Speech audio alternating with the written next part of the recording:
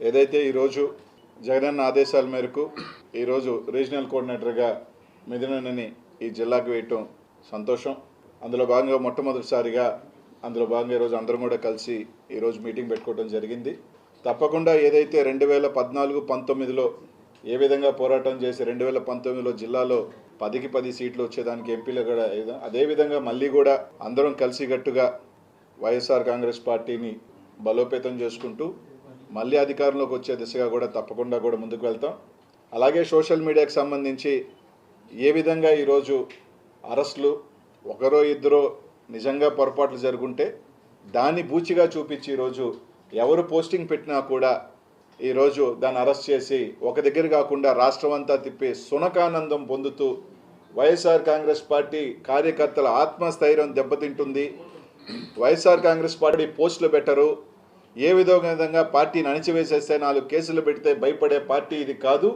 ఎందుకంటే మా నాయకుడిని ఎన్ని రకాలుగా హింసించి ఎన్ని రకాలుగా ఇబ్బందులు పెట్టి నిలబడి ఈరోజు అధికారంలోకి వచ్చి ముఖ్యమంత్రి అయిన నా పార్టీ ఇది వైఎస్ఆర్ కాంగ్రెస్ పార్టీ. కాబట్టి ఈ విధంగా బుడ్డ కేసులు లేదంటే పాత కేసులు ఉంటే తీసుకొచ్చి వీళ్ళ పేర్లు పెడదాం వాళ్ళ పేర్లు పెడదాం అంటే భయపడే వాళ్ళు ఏమీ కాదు. తప్పకుండా ఈరోజు వాళ్ళు ఎన్ని రకాలుగా నిజంగా తెలుగుదేశం పార్టీ ఎన్ని రకాలుగా సోషల్ మీడియాలో పెడతా ఉన్నా కూడా గతంలో మేము అనుకోని ఉంటే ఇంకా 10 ఇంతలు పెట్టుండొచ్చు. రైట్, ఈరోజు మీరు ఒక దారి చూపించారు. ఈరోజు మీరు మాకు ఒక లైన్ గీశారు. ఆయన చెప్పినట్టు ఇంకా 4 సంవత్సరాల్లో మళ్ళీ వైఎస్ఆర్ కాంగ్రెస్ పార్టీ అధికారంలోకి వస్తుంది.